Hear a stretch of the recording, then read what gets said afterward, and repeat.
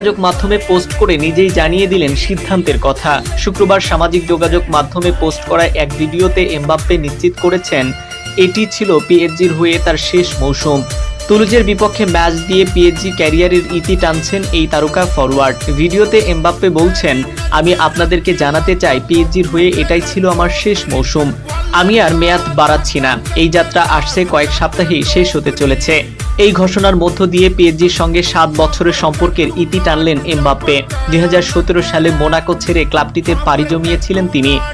যোগদানের পর থেকেই পারফরম্যান্স করছেন নিয়মিত। গোল করা এবং করানোয় নিজের ভান্ডার ক্রমেই সমৃদ্ধ করেছেন এমবাপ্পে। পিএসজির হয়ে সব মিলিয়ে 306 ম্যাচে 255 গোল করেছেন এমবাপ্পে।